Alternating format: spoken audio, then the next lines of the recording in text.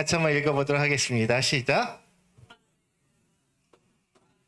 네, 교만의 결과는 용두사미입니다. 라는 제목으로 하나님의 말씀 같이 나누도록 하겠습니다.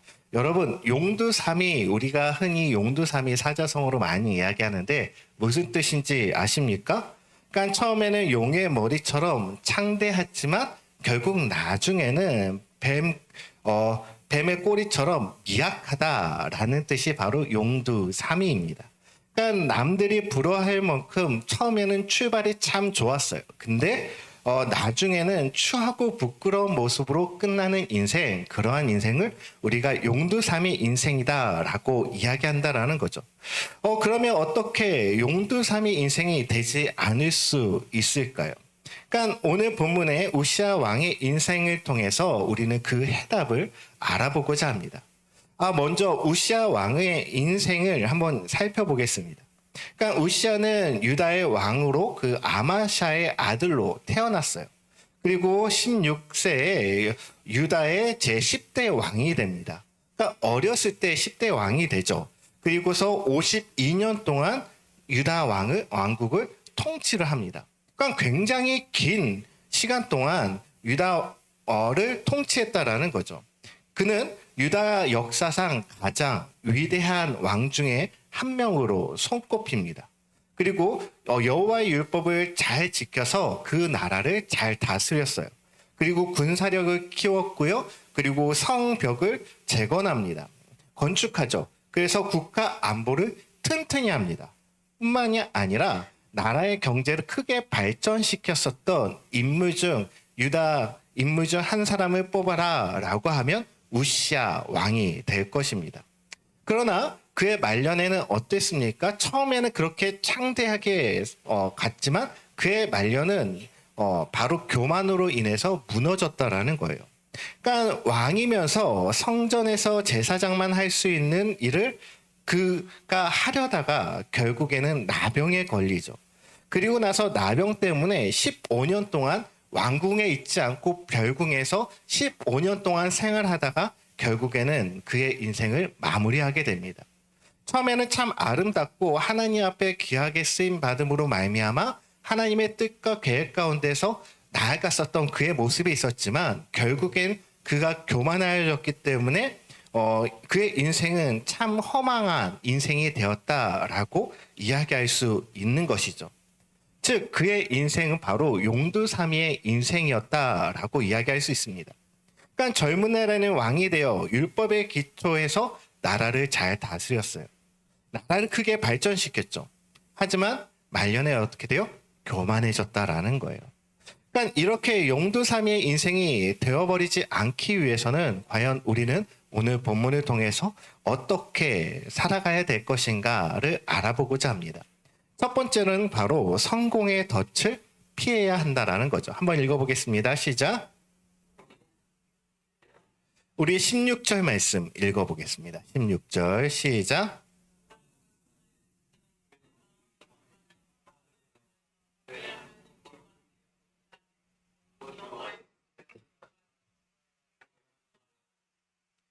우시아가 용두로 시작해서 사마로 끝나게 되는 결정적인 원인은 바로 오늘 본문에서 말씀하고 있는데요. 그 한마디로 이야기하자면 교만해졌다라는 거예요. 그러니까 그렇다면 왜 우시아 왕이 교만해졌을까요? 오늘 여러분이 읽었었던 16절 처음에 뭐라고 이야기합니까? 그가 강성하여짐에라고 이야기하고 있습니다. 강성하여진다. 다른 우리말로 요즘 말로 말하면 흔히 잘 나가게 됐다라는 거죠. 잘 나가게 됐다라는 거예요. 즉 성공하게 되었다라는 거죠. 성공하자마자 그의 마음 가운데 뭐가 들어와요? 교만이 들어왔다라는 겁니다. 그러니까 바로 이것이 성공의 덫이다라고 이야기할 수 있어요. 그러니까 성경을 보면 이런 성공에 덫인 사람들이 여러 나옵니다. 그 중에 한 사람을 여러분을 살펴보면 바로 사울 왕이 될 것 같습니다. 사울 왕도 이 우시아 왕과 동일한 패턴으로 바로 죄를 짓게 돼요. 원래 사울이라는 사람은 처음부터 교만했었던 사람이 아닙니다. 되게 겸손하고 낮은 마음으로 나아갔었던 사람이었죠. 하나님께서 사무엘을 사울에게 보내셔서 왕으로 택함을 받습니다. 그리고 그의 머리에 기름을 붓죠. 그러고서 사무엘상 19장 21절 말씀 한번 볼까요? 사울이 어떻게 반응하는지에서 나오는데요. 같이 한번 읽어볼게요. 시작. 사울이 대답하여 이르되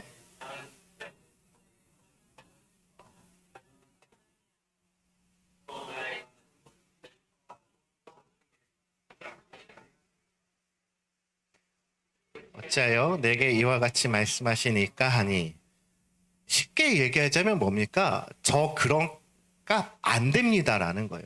아직까지 왕으로 제가 기름 받아서 제가 할 수 있는 것 없습니다라고 겸손하게 지금 이야기하고 있는 거죠. 나의 민족 또한 나의 지파 또한 참 미약한 존재인데 어떻게 제가 왕이 될 수 있겠습니까? 라는 거예요. 왕이 되기 전까지 사울의 모습 여러분 어떻습니까? 교만합니까? 아니면 겸손합니까? 겸손했다라는 거예요. 그러나 왕이 된 뒤에 그의 모습이 달라지게 됩니다. 암몬과의 전쟁을 치르게 됐어요. 그러니까 사울이 자신을 따르라고 백성에게 지시를 내리죠. 그리고 그의 말을 듣고 모인 군사가 이스라엘 자손 중에 30만 명이었고요. 그리고 유다 사람 중에 사람이 3만이었어요. 즉 군사로 모인 사람이 33만이었다라는 거죠. 엄청나게 많은 사람이었어요. 내가 그냥 말로 지시했더니 이야기했더니 모인 사람이 몇 명이요? 33만 명이 되었다라는 거예요. 그러니까 그에게는 너무나 놀라운 일이었을 거예요. 그러니까 자기가 한마디만 이렇게 한마디만 했는데 대단한 힘이 있다라는 것 자체가 그에게 놀라운 일이었죠. 그리고 군사를 이끌고 암몬과의 전쟁에 나아갑니다. 그리고 군사를 셋으로 나아가서 지략을 발휘해서 그 전쟁에서 대승을 거두게 되죠. 그러니까 암몬 군사를 격퇴하게 돼요. 아마도 이 일을 보면서 사울, 내가 나에게 이런 능력이 있었나? 이런 은사와 달란트가 있었나? 라고 생각이 들었을 거예요. 그러니까 자기가 이렇게 능력 있는 사람이라는 것을 보고 크게 놀랐을 것이라는 거죠. 그리고서 왕이 된 후에 2년밖에 되지 않았을 때 블레셋과의 전쟁이 또 치르게 됩니다. 그러니까 그때는 사람이 달라져요. 어떻게 달라졌냐? 하나님께 묻지도 않습니다. 이 전쟁이 하나님 해야 됩니까? 말아야 됩니까? 하나님 앞에 묻고 전쟁에 참여해야 되는데도 불구하고 사울 왕은 하나님 앞에 묻지도 않고 자신이 판단해서 전쟁을 벌이게 돼요. 그러다가 사무엘이 기다리지 못하고 제사도 짱도 아니면서 자기가 제사 드리다가 결국에는 하나님의 진노를 받게 되죠. 이 일 때문에 하나님의 영이 그에게서 떠나가게 됩니다. 그러니까 우리는 이 사울의 사례를 통해서 성공의 덫이라는 패턴을 발견하게 된다라는 거예요. 여러분, 우리가 세상 가운데서 살아갈 때 무엇을 위해 살아갑니까? 솔직히 말해서 성공하기 위해 살아가는 거잖아요. 남들보다 잘 되기 위해 살아간다라는 거예요. 근데 그 살아가는 것이 뭐예요? 성공의 덫이 될 수 있다라는 거예요. 우리는 이 사실을 깨달아야 됩니다. 그러니까 그 핵심은 성공한 사람을 바꾸어 놓는다라는 거죠. 즉 성공은 자기가 대단한 사람에게 이런 성공을 이룰 수 있었다라고 착각하게 되더라는 것입니다. 그래서 그렇게 겸손했던 사람들이 교만하게 바뀌게 되어버렸다라는 거예요. 본문의 우시아 왕도 이 성공의 덫에 걸리고 만 그러한 사람이죠. 성공에는 여러분 양면이 있습니다. 우선 성공은 큰 성공을 위한 디딤돌에 대한 역할을 감당하게 되죠. 작은 성공을 이루게 되면 무엇을 갖게 돼요? 교만함보단 자신감을 갖게 되죠. 무엇이든지 이런 부분도 할 수 있어 라는 자신감을 갖게 되더라는 거예요. 그래서 자신감을 갖고 더욱더 정진하며 나아가게 되는 거죠. 그래서 더 큰 성공을 이루게 됩니다. 그러나 성경은 더 큰 성공을 향해 나아가는 것을 가로막는 걸림돌의 역할도 한다라는 거죠. 그러니까 우리가 작은 성공을 이루게 되면 뭘 하게 되냐? 교만하게 된다라는 거예요. 내가 어떤 것보다 다른 사람보다 더 뛰어나다라고 생각을 하게 됨으로 말미암아 하나님 앞에 어떠한 작은 부분이라도 우리가 기도하지 않는 자가 될 수 있다라는 거죠. 왜? 나에겐 그러한 힘과 능력이 있기 때문에 하나님 앞에 묻지도 않고 기도하지도 않게 되더라는 거예요. 누구처럼요? 우시아와 사울 왕처럼 그렇게 되는 겁니다. 그러니까 다른 사람들의 의견에 전혀 귀 기울이지도 않습니다. 그래서 작은 성공 뒤에는 결국에는 큰 실패의 쓴맛을 보게 되는 것이에요. 이것이 바로 성공의 덫이다라고 이야기할 수 있습니다. 우리가 이 성공의 덫을 여러분 피해야 합니다. 그러니까 작은 성공 뒤에 착각해서는 절대로 안 된다라는 거예요. 내가 대단해서가 아니라 하나님께서 나에게 부어주신 그 크신 은혜가 더 크고 대단한 것임을 우리는 깨닫고 고백하며 나아가야 하는 것입니다. 교만해지지 말고 언제나 하나님께서 나에게 주신 그 초심을 우리는 잊지 말아야 하는 것이죠. 하나님께서 나에게 나와 함께 하심을 깨닫고 더 기도해야 되고요. 더 하나님을 의지하며 나아가야 하는 것입니다. 그렇게 됐을 때 우리는 이 성공의 덫에 빠지지 않게 되는 것입니다. 지금 여러분들의 삶이 언제나 성공의 가도로 가고 있다. 나에게 평안하고 나에게 부가 있다라고 생각한다면 여러분 되돌아보셔야 돼요. 내가 지금 성공의 덫에 빠져 있는지 빠져 있지 않는지. 언제나 우리가 구할 것은 뭐예요? 하나님의 은혜밖에 없음을 여러분 고백하며 나아가기를 바랍니다. 두 번째로는 바로 말씀을 채워야 한다라는 거죠. 같이 한번 읽겠습니다. 시작. 네, 우리가 말씀을 채우기 위해서는 우시아의 삶을 한번 바라봤으면 좋겠어요. 먼저 우시아의 그 용두의 시절, 용이 되었을 때의 시절을 한번 되돌아볼까요? 그러니까 우시아 왕가 왕 위에 오를 때 나이가 몇 살이라고 그랬어요? 16살이었어요. 여러분 16살이면 청소년 시기입니다. 근데 그가 왕이 되었는데 나라를 다스릴 수 있을 만큼 역량을 갖고 있었을까요? 아마도 그렇지 못하겠죠. 왕으로서 나라를 이끌기 위해 아직도 한참 부족한 나이였다라는 거예요. 그런데 어떻게 그 부족함을 그가 채워갈 수 있었냐라는 거예요. 즉 용두의 시절을 어떻게 이끌어 갔냐라는 거죠. 우리 4절 말씀 한번 볼까요? 4절 말씀 한번 같이 한번 읽어보도록 하겠습니다. 시작.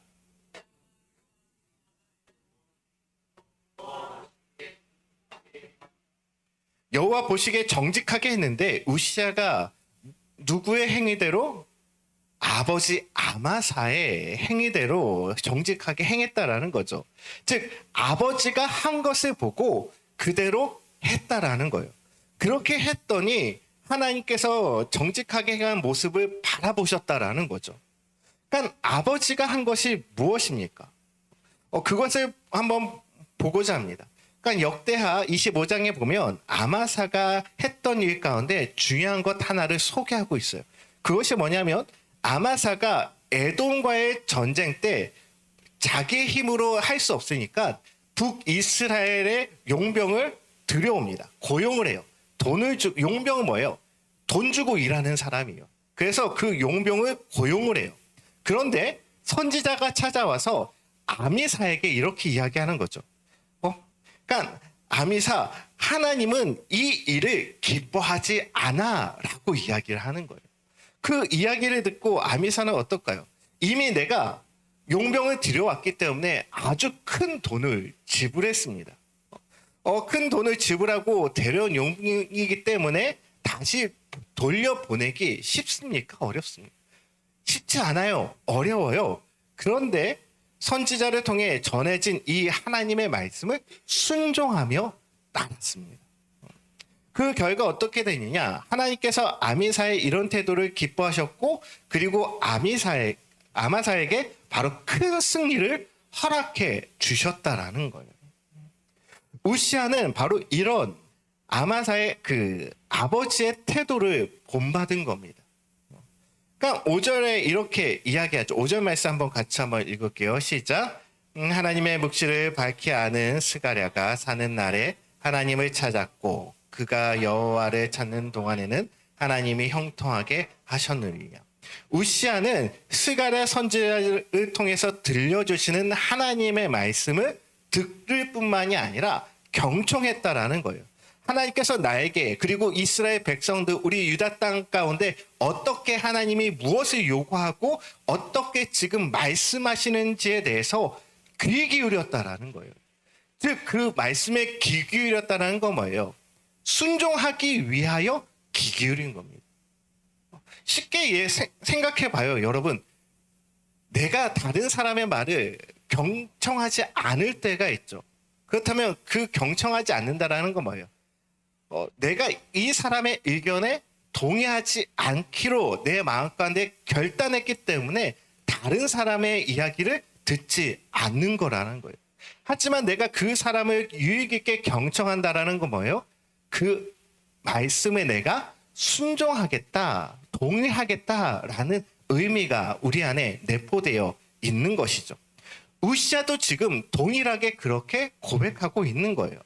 아버지가 했던 대로 선지자를 통해서 들려주시는 그 하나님의 말씀을 경청했을 뿐만이 아니라 순종했기에 그의 나라가 강성해질 수 있었고 축복을 받는 나라가 될 수 있었다라는 것이죠.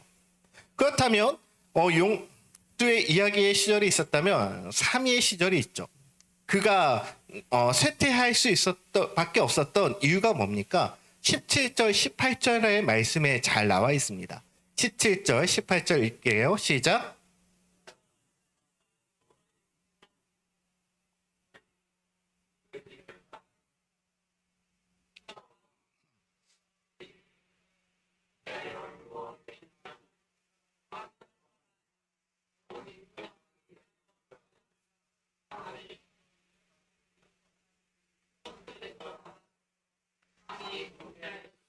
하나님이 여호와께서 얻지 못하리이다. 아멘.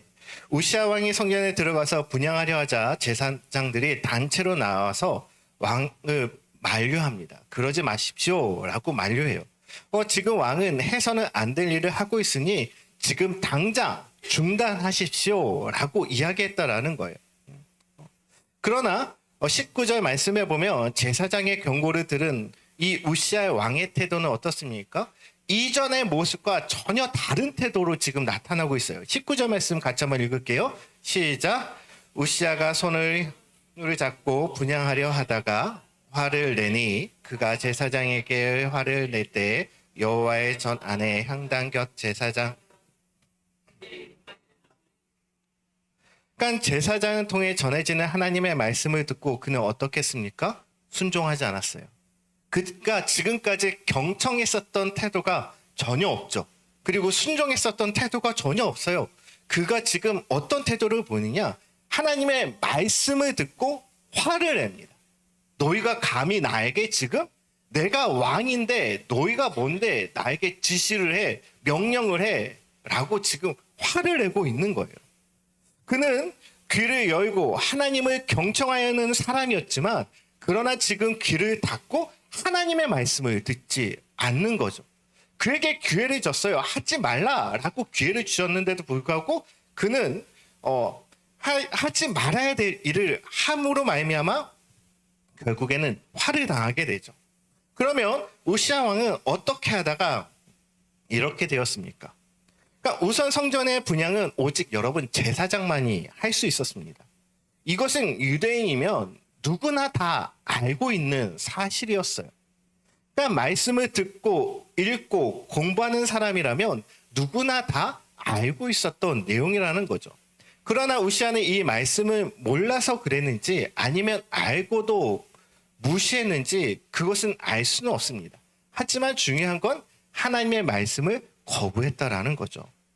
한마디로 우시아는 어느새 말씀과 멀어진 채 살아가고 뿐만이 아니라 말씀을 거부하는 인생으로 살아갔다라는 거예요. 우시아 왕은 나름대로 성전을 찾아 분향하려 했습니다. 그러니까 왕으로서 우상 숭배한 것도 아니에요. 하나님을 섬기려 한 것입니다. 그리고 왕으로서 하나님 앞에 자신의 열정을 보이려 한 거예요. 그러나 그 열정은 말씀이 없는 열정이었죠.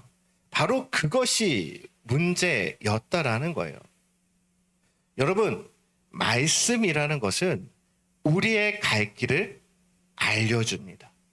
그렇기 때문에 여러분들이 주일 예배 나와서 우리가 하나님의 말씀을 듣고 깨달았을 때 그 말씀을 내 삶의 기준으로 삼아 살아가는 것이죠. 그렇기 때문에 말씀이 우리들의 삶의 등불이 될 수 있는 거예요. 그러나 오늘도 우리 그리스도인들은 이렇게 흔하게 우시아처럼 살아갈 경우가 있다라는 거죠. 말씀이 없이 봉사하고요. 말씀이 없이 예배합니다. 그리고 말씀 없이 기도하고 말씀 없이 헌신하며 나아간다라는 거예요.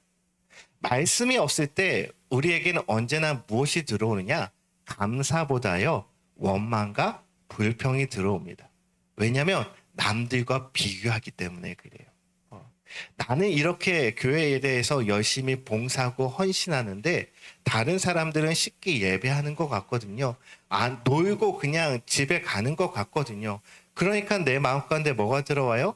비교가 들어오고 내 마음 가운데 그 사람을 시기하고 미워하는 마음이 들어요. 이 마음이 점점 커져서 어떻게 됩니까? 교회에 대해서 싫은 마음들이 들어오게 되죠. 결과적으로는 하나님을 떠난 삶을 살게 되더라는 것이에요. 여러분, 헌신에도 하나님의 말씀이 있어야 됩니다. 하나님이 말씀하셨기 때문에 예 주님, 제가 그 말씀에 순종함으로 나아가겠습니다 라는 고백이 있어야 하는 것이죠. 여러분, 우리의 심령 가운데 말씀이 채워지기를 바랍니다. 그렇게 됐을 때 내 욕망과 내 감정은 솟구쳐 오르지 않는다라는 거예요. 그러기 위해서 우리는 어떻게 됩니까? 말씀을 사랑해야 돼요. 사모하며 그 말씀이 내 심령 가운데 가득 채워지기를 늘 기도하며 나아가는 자가 되기를 바랍니다. 마지막 세 번째는 바로 거룩한 두려움을 잃지 말아야 한다라는 거예요. 같이 한번 읽어볼게요. 시작. 거룩한 두려움을 잃지 말아야 합니다. 우리 16절 말씀 우리 다시 한번 읽어볼게요. 16절 시작. 그가 강성하여짐에 그의 마음이 교만하여 악을 행하여 곧 여호와의 성전에 들어가서 향단에 분향하려 한지라. 그러니까 우시아 왕이 교만하여져서 제사장이 할 수 있는 성전 분향을 강행하려 했다라는 거죠. 그러니까 성전에서 여호와 앞에서 분향하는 일은 아론의 자손들, 즉 제사장에게만 독점적으로 주어진 거룩한 일이었습니다. 특히 이 분향은 이스라엘 백성에게 두려운 기억이 남아 있어요. 뭐냐면 옛날에 아론의 아들이 있었죠. 나답과 아비후라는 이 두 아들이 하나님이 명하시지 않은 불을 담아서 분향하려고 하다가 결국에는 죽임을 당하는 일이 발생한 거예요. 그러니까 그래서 제사장들은 더더욱이 이 분향하는 일이 언제나 그냥 형식에 의해서 이 분향을 하는 것이 아니라 두렵고 떨리는 마음으로 일을 했다라는 거예요. 왜냐하면 내가 거룩한 하나님 앞에 온전하게 제사를 드리지 않았을 때 형식적인 제사들을 드렸을 때 이 나답과 아비후처럼 내가 하나님 앞에 심판을 받을 수 있다라는 마음을 갖고 있기 때문에 제사장들도 허투루 이 분향을 하지 않았다라는 거죠. 그러나 우시아는 해서는 안 되는 사람이 분향하려고 나선 것이에요. 한마디로 말하면 우시아는 거룩한 두려움을 잃어버린 사람인 것입니다. 왜 잃어버렸을까요? 내가 나 잘 나가는 사람이야 라고 착각했기 때문에 그렇죠. 19절 말씀에 보면 우시아가 손으로 향로를 잡고 분향하려 하다가 화를 내니 그가 제사장에게 화를 낼 때에 여호와의 전안 향단 곁 제사장 앞에서 그의 이마에 나병이 생겼다라고 이야기하죠. 그러니까 우시아가 제사장이 전하는 말을 듣고 화를 내는 그 순간에 뭐가 생겼어요? 나병, 즉 문둥병이 생겼다라는 겁니다. 여러분, 나병이라는 것은 이스라엘 백성들에게는 저주와도 같습니다.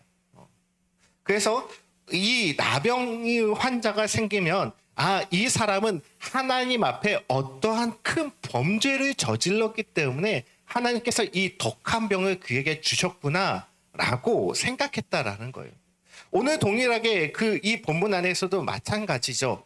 하나님의 사람에게, 하나님의 말씀을 전하는 사람에게 화를 냈어요. 그리고 그 향단 곁에 서서 그것을 드리려고 했죠. 그 순간 뭐가 나요? 나병이 난 것이에요. 여러분, 우시아가 얼마나 놀랐을까요? 그리고 그 순간 나병이 나에게 들어온 순간 얼마나 하나님 앞에 자신의 죄를 돌아보지 않았겠습니까? 하나님께서 거룩한 두려움이 무엇인지 바로 보여준 것이죠. 오늘도 우리는 우시아와 같은 사람이 참 많이 있는 것 같습니다. 세속주의 물결에 거세지면서 점차적으로 점점 더 많아지고 있는 것 같아요. 거룩한 두려움을 잃어버린 사람들이 넘쳐나고 있는 것 같습니다. 우리가 거룩한 두려움을 여러분 회복해야 돼요. 하나님 앞에 드려지는 오늘 이 예배도 형식적인 예배가 아니라 하나님 앞에 거룩한 두려움을 갖고 주 앞에 드려지는 예배가 되어야 하는 것이죠. 우리는 그러한 예배를 회복해야 합니다. 하나님께서 맡겨주신 사역을 감당할 때 여러분 형식적으로 그 사명을 감당하며 나아가는 것이 아니라 거룩한 두려움을 갖고 여러분 이 사역을 감당하며 나아가기를 바라요. 여러분, 우리 직분자 있습니다. 집사, 권사, 그리고 장로님, 그리고 목사도 마찬가지죠. 하나님께서 왜 이 직분을 주셨습니까? 너 신앙생활 오래 했으니까 직분 받아도 돼. 이것이 아니죠. 그만큼 여러분들 마음 가운데 거룩한 두려움이 있어야 되는 거예요. 이전보다 하나님께서 나에게 귀하게 쓰임받고 그리고 하나님의 일을 감당하기 위해서는 내가 교만해지지 않고 더욱더 낮아지라는 마음으로 하나님께서 이 직분을 주셨구나. 그렇다면 내가 높아지면 높아질수록 내 마음은 더욱더 낮아지고 겸손해질 수 있도록 언제나 기도하며 나아가야 되죠. 기도가 아니면, 말씀이 아니면 우리는 이 거룩한 두려움을 잊어버릴 수밖에 없게 됩니다.